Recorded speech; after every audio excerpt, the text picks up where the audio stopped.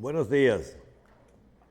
Bien, señores, tenemos un proceso ahora en desarrollo, como hablan de las noticias, que se refiere a el tema de la convocatoria de los expresidentes para buscar soluciones a los problemas con el vecino país, principalmente, que son los principales problemas que tenemos ahora.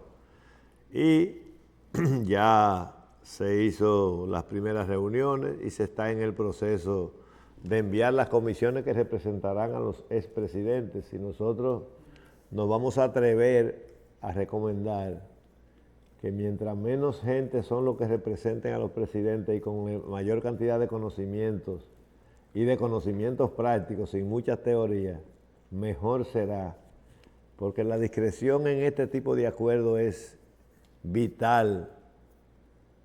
La discreción y el conocimiento práctico de las cosas. Los problemas cuando se analizan, que a mí no me gusta decir problemas, sino los temas importantes para que no acusen a uno de pesimista, con el sentido común que ameritan las circunstancias, con las experiencias vividas y con la gente seria, entre menos personas se analizan, mejor son las decisiones. Porque lo peor que le pudiera pasar a una cumbre de esta naturaleza, que si se quiere, por los resultados podría llamarse hasta patriótica, y podría ser un antes y un después en el destino internacional de la República Dominicana, porque el problema no es pequeño, y de eso lo sabemos. Y cuando se decide la iniciativa, yo creo que se está haciendo una invitación más allá de lo que es la iniciativa, y no es para sacar ventajas políticas. Y si se va a sacar ventaja política, la van a sacar todos los participantes como una actitud de respaldo a la democracia. Ese es mi criterio. En lo que respecta a la agropecuaria, por eso yo tomo este tema y me atrevo a recomendar cosas. No importa el tamaño de las cosas. Posiblemente estemos diciendo un disparate. Aquí se habló una vez, y no recuerdo, creo que fue Hipólito que lo propuso, el servicio militar obligatorio. Y mucha gente decía, no, el servicio militar no obligatorio, no tiene que ser obligatorio. Tiene que desembocar en ser obligatorio, tiene que ponerse en una escala del ejercicio profesional. Ahora mismo la gente está preocupada por la juventud entre 8 y 15 años que se están convirtiendo en gusanos acostados en su casa jugando con las máquinas y las computadoras. Y un por ciento muy bajo todavía de los padres tiene control sobre sus hijos con ese tema. Y algo peor que eso, hay que buscarle ocupación a esos muchachos. Yo lo primero que mandaría a hacer en secreto y sin decírselo a nadie es un estudio con personas adultas entre los 40 y los 70 años, o entre los 30 y los 70 años, o entre los 20 y los 60, para que un estudio me revele a mí, no las cosas que nos imponen los derechos humanos y la USAID y todos estos organismos que viven teorizando y que reciben documentos de técnicos que luego van a vivir de eso en esas fundaciones, para que me reflejen a mí cuáles son los profesionales que han dejado de ser profesionales porque sus padres lo enseñaron a trabajar desde pequeños. El doctor hablaba aquí hace algún tiempo de que una vez las cosas se veían con tanto sentido de realidad. El problema de la mano de obra no es nuevo, que se adoptaron en las zonas cafetaleras horarios diferentes en la educación para que los niños pudieran ir con su familia a recoger el café, porque eso ha sido un problema siempre, que ya va desapareciendo porque ya hay métodos que rinden más que lo de coger grano a grano una mata de café, que es como debe recolectarse. Porque también debo decirle que la calidad así es que se consigue, porque cuando usted ripea el café, como le llaman, que coge una varilla y la rasga hasta abajo, ahí va el lleno, el menos lleno, el nuevo y todo. Y ese café nuevo, cuando va a la torrefactora, se convierte en tierra. Esa es la surrapa que ustedes le ven al café. No es tierra, el café no lleva tierra. Porque el café cuando entra a los molinos a quitarle la cáscara dura que tiene afuera, no la blandita que se le quita en la depulpadora, ese café viene nítido ahí, pero ¿qué pasa? Que en la torrefactora el nuevo se quema y se quema negro y el otro es marrón, porque ya no se toma café, carbón de café como era que se tomaba antes, que es un producto tan noble que aún así la gente se lo encontraba bueno y lo sostenía un día entero con un frasquito de Breacol lleno de café que se metían los agricultores en el bolsillo y se pasaban el día en el conuco y regresaban a comer a su casa a las 5 de la tarde, a veces sin desayunar. Entonces tenemos que ver las realidades para decidir las cosas. Número uno, ¿qué costaría hacer ese estudio en poco tiempo para desmentir ese sistema de que el empleo infantil, cuando tenemos una cantidad de niños esperándose en la escuela para comer y que esa comida fuera en las zonas cafetaleras para recolectar café sin necesidad de mano de obra extranjera? ¿Cuál es el promedio de tenencia de tierra del café? 16, 20 tareas por familia. Una familia de 20 tareas puede prácticamente recolectar su café si tiene 3 o 4 hijos. O si tiene 2 o 3 hijos grandes, como es el caso de la mayoría de los campos que quedan, porque ya en la zona rural lo que queda es un 15% de gente. Pero viven en las ciudades cerca y son los mismos campesinos con los mismos hábitos, con una diferencia, que van a los cines, que van a los centros médicos, que viven entre la gente, que viven más decentes. Por eso yo nunca me he opuesto a la emigración campesina, porque en todos los países del mundo la gente ha emigrado y ha convertido los campos en ciudades. Y esa tierra nunca ha hecho daño, porque siempre el crecimiento por unidad de superficie ha sido superior a la tierra que se ocupa. Ahí salió un estudio el otro día que movía preocupación a gente, que el 9% de la tierra había sido, en los últimos 30, 40 años desde los primeros censos, había sido ocupada por vivienda. Pero ¿y quién dice que eso es un problema? ¿Qué por ciento han aumentado la productividad? ¿Usted ha sembrado yuca alguna vez?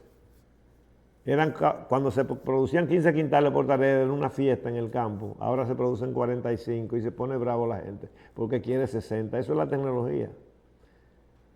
En el techo de una casa, de un edificio de apartamentos donde viven 8 familias, de 8 apartamentos donde viven 40 personas, en una tarea de tierra se hace ese edificio de 8 apartamentos. Por 5 son 40 personas que viven. En ese sitio allá arriba, en el techo, si cogen la mitad del techo y hacen un sistema de cultivo hidropónico, se produce más que lo que se producía en esa tarea de tierra que se tomó para eso. Pero mucho más, 5 veces más. Entonces vamos a adaptarnos a los tiempos. O dejamos de pensar que el crecimiento tenía que ser vertical, que no es horizontal. Esa ley, yo la voy a revisar página por página, porque esa ley de ordenamiento territorial puede ser que se convierta en un desordenamiento al final, porque usted no puede quitarle el derecho a una gente que tenga un pedacito, un predio de tierra, de que cuando se muera le deje a los hijos un espacio para que haga una vivienda, que las viviendas campestres, la mayoría de la tierra están sembradas de frutas, de árboles y de víveres, en los pueblos donde la tierra es fértil. O lo vamos a mandar a usar para los cambrones que están camino a Asua y camino de Asua para Barahona o en esos sitios. Que la gente de Salcedo, de Moca, de San Francisco de Macorís, de Santiago, le diga, no, esa tarea de tierra es buena, ahí no la construya. O vamos a volver, ¿por qué no legislar para que en todos los campos donde la tierra resista el alto de los edificios se vuelva al crecimiento vertical, horizontal, no horizontal, vertical, hacer apartamentos? El presidente Balaguer hace 40, 50, 60 años, debe haber ser de eso, 50 y pico de años. Uno de los proyectos más interesantes que hizo fue, y lo puso como muestra, y no continuó a nivel nacional, en toda la zona cafetalera, hacer una cosa que se llamaba Villa Cafetalera, un pedacito de tierra, 8, 10, 15, 20 tareas de tierra, tomó para hacer una villa. Vayan a ver la Villa Cafetalera de Moca, una ciudad incrustada en el campo. En Costa Rica están haciendo proyectos turísticos en la zona cafetalera. No hay cosa más agradable que un ciudadano caminar frente a un cafetal en los tiempos que está floreciendo, porque en ninguna parte se percibe el olor y el ambiente. Entonces, tenemos que, entre las cosas viejas y las nuevas, tenemos que coger las mejores. No es verdad que nadie se traumatiza porque enseña a trabajar. Y yo le voy a poner un ejemplo a ustedes con un amigo que yo tengo, que yo lo llamaba a veces de madrugada, tenía un tema mío judicial, el doctor Lino Vázquez, que fue juez ahora recientemente, juez del Tribunal Constitucional, un hombre que se crió en la Loma de Jamao trabajando. Y yo lo llamaba a veces a las 6:30, digo, excúseme que lo estoy llamando a esta hora, pero tal y tal cosa. Y me decía, no, al contrario, usted me está llamando 1 hora y pico después de la que yo estoy despierto. ¿Y por qué, doctor? Dice, no, porque yo estoy atrasado después que vine para acá, para la capital, porque yo me levantaba a las 5 a ordeñar. Fue que me enseñaron en mi casa. Sí, doctor en Derecho, y de los buenos. ¿Y cuáles son los profesionales cuáles son las personas que porque su papá lo obligaron a trabajar pequeño, lo mataron? Después ninguno. Así se hizo con la gente cuando le daban pela. Sí es verdad que habían padres que se le iba la mano y maltrataban a sus hijos. Y entonces por eso surgieron todos esos estudios sociológicos, todos esos psicológicos y todos esos derechos humanos para obligar a la gente a que los padres lo metieran preso a cada rato porque le llamaban la atención, como es en los países, como en Estados Unidos. Entonces tenemos que ver las cosas y la inteligencia no puede ser solamente artificial y todo este modernismo que nos metieron, muchísimas organizaciones que lo que hacen es vivir de eso, de los sanitarios, los sanitarios mixtos para hembras y varones, rompiendo nuestras costumbres y nuestras tradiciones. Y gracias a Dios que hay un presidente del país más poderoso del mundo que dijo, no, yo no estoy con eso. Y la gente ha sentido un ánimo, porque la gente, cuando vienen las cosas modernas, la gente le da vergüenza defenderlas. Entonces, ese es un tema, el de los estudiantes. Otro tema que propuso Hipólito una vez fue el servicio militar obligatorio, que fue con lo que comencé a hablar. Y caí en lo de los hijos, porque uno a veces tiene la cabeza llena de cosas y no sabe cuál de ellas poner como prioritaria. ¿Qué le cuesta a un país como este, con esa amenaza permanente que tiene, establecer, no convertir los jóvenes en soldados? No es el caso de Israel y de Gaza, que tal vez sea parecido, y de la Franja de Gaza. En Israel, en muchísimos países avanzados, en Estados Unidos, cuando tú eres político o quieres ser candidato a presidente, te toman en cuenta que no quisiste ir a la guerra, si en ese momento fue que te desarrollaste y fuiste joven. Y si en algún momento te solicitaron alistarte y no quisiste, eso te impide y te daña las posibilidades futuras. Entonces, en ese proceso que hay ahora, mientras menos gente mejor. Y otra cosa, ¿por qué no estudiar la posibilidad de que en vacaciones, por ejemplo, ahora mismo la gente está preocupada porque los muchachos, por el tema del manejo del tiempo de los muchachos en las computadoras? Y ahora va a ser más tiempo, porque ya se ha comenzado un proceso, y eso lo sabemos casi todos los abuelos, de que los niños le ponen un trabajo en el colegio y le dicen, mami, tengo un trabajo complicado, no lo entiendo. Dice, pídeselo a la IA, o ella se lo pide a la IA y se lo hace mejor que lo que él hubiera hecho si se hubiera pasado una semana estudiando. No sé qué van a hacer, y eso hay que prepararse para eso, porque si no, con la IA tenemos ya para muchísimas cosas. Y los muchachos, entonces el día que haya un apagón digital o venga la guerra de las galaxias y se vayan todos los satélites, vayan guardando las cosas escritas de esas cosas que aparecen para comenzar a estudiar de nuevo. Porque no es verdad que nadie se va a fajar con un libro después que usted le da un botón y le dice todo lo que usted tiene que llevar para aprobar un curso. Nadie está pensando en eso. Y no es que sea malo, porque tenemos que aprovechar esto. Qué bueno que vino la inteligencia artificial. Qué bueno que venga la nanotecnología, porque a través de esas técnicas nosotros vamos a poder controlar las plagas, vamos a poder controlar los cultivos. No vamos a tener que utilizar tanta gente para que produzca. Ya hay países que usan un 80% menos de gente que nosotros en la industria agropecuaria. Yo fui a una factoría hace como 35 años y habían 8 o 9 empleados en una factoría que procesaba 8 millones de quintales de arroz. Y fue donde vi por primera vez que hasta las patanas eran llenadas mecánicamente. No las de barriga, las que echan a granel los productos, no, las que le echan saco a saco. Había un señor arriba dirigiendo la polea que llevaba y colocaba los sacos casi exactamente en el mismo sitio de las patanas, lo que le llaman aquí patanas, las colas esas de así. Entonces, es un reto para el mundo, pero es un reto para nosotros. Y si tenemos que tomar alguna de esas prácticas viejas, que eran nacionalistas, que era ellos defendiendo su territorio, que era defendiendo su país, ¿qué tiene de malo la gente de Israel, que están diseminados en el mundo entero enseñando seguridad? ¿Por qué? Porque están cerca de eso, porque viven en guerra todo el tiempo. Pero ellos no viven de la guerra, ellos viven en guerra. Ellos tienen su riqueza, tendrán su petróleo, tienen su cosa y pelean por ese motivo. Nosotros también tenemos nuestras guerras, tenemos nuestros cultivos, nuestra yuca, nuestra batata y tenemos también metales y es posible que hasta petróleo tengamos. Entonces, yo pienso que es un momento bueno para retomar cosas en beneficio de preservar la paz que tanto anhelamos y nuestras tradiciones religiosas y morales y cívicas, para que este país viva tranquilo alguna vez, que no tenga que estar con una preocupación detrás de la otra, de una cosa que los poderosos, que no son pocos en Haití, no le han dado la gana de resolver ni siquiera con la identificación de sus ciudadanos.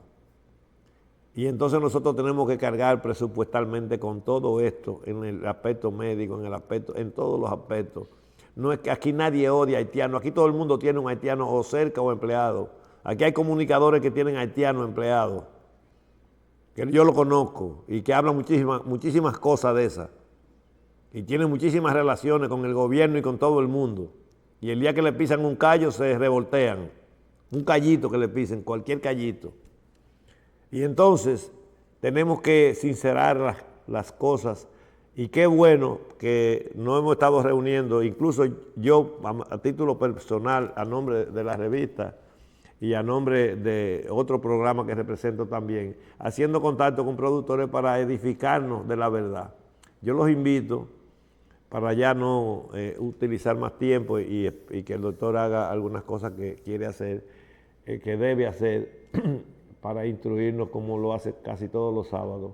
Yo le pido a ustedes que se mantengan por ahí para que vean unos invitados que vienen a conversar sobre el tema de la incidencia de la mano de obra y de otros factores comerciales bastante amplios en el banano de exportación, que principalmente constituye una suma importante de dólares, pero que si llega un momento en que se hace imposible, como ha reducido su exportación, ¿cuáles son los motivos que la hacen reducir? Esa gente tiene el conocimiento y la sinceridad para decirnos con certeza cuáles son los problemas que ha tenido ese cultivo para desarrollarse, para reducir la exportación y los problemas que nosotros tenemos como país. Hablan de todo, van a hablar de todos esos temas y de la poca cultura exportadora que tenemos, y van a hablar probablemente del irrespeto de muchos productores que a veces cuando tienen un contrato no lo cumplen porque el mercado local se le pone un peso más caro o 50 centavos, pero otras veces se le pone al doble y eso es difícil de resistir con todas las vicisitudes que pasan los productores nacionales. Que tú tengas una cosa que esté vendiendo a $1.50 y venga y te la paguen a 3 pesos, una cosa de tanto volumen como el guineo, y que tú, pensando en mandar un furgón para afuera, que a veces al mes te dicen que estaba dañado y te cuesta el triple cuando te avisan eso. También la gente tiene que tener, para evaluar, no evaluar negativamente a los productores, que viven como todo el mundo de sacarle el máximo a la actividad en la que se desempeñan. Así pues, que yo creo que es un momento importante y estelar para terminar con lo que iniciamos, que en este proceso de la reunión que convocó el presidente para los expresidentes y que debe ser con un resultado de éxito para todos, para la democracia y para el futuro de la República Dominicana y la tranquilidad, en la medida en que se sepan manejar, que no arranquen reuniéndose pensando quién le va a sacar más ventaja política a eso, que eso no le va a sacar ventaja política a nadie, porque si esa situación se pone difícil, y no voy a decir cuáles son las fragilidades de que se ponga difícil, que son muchas y ustedes las saben, algunas internacionales y algunas de simple lógica, que nada más hay que analizarla. Es posible que ahí esté la tranquilidad del resto de las décadas que vienen, y hay que hacer cualquier sacrificio de cualquier tipo para que esa situación no perdure más, afectando la vida de nosotros, y sobre todo nosotros nos queda poco tiempo, podemos ir en cualquier momento. Por eso es que dicen que los viejos son aburridos, no es que son aburridos, que ya sabemos lo que nos queda. Pero la vida de todos esos niños y toda esa juventud y todos nuestros descendientes.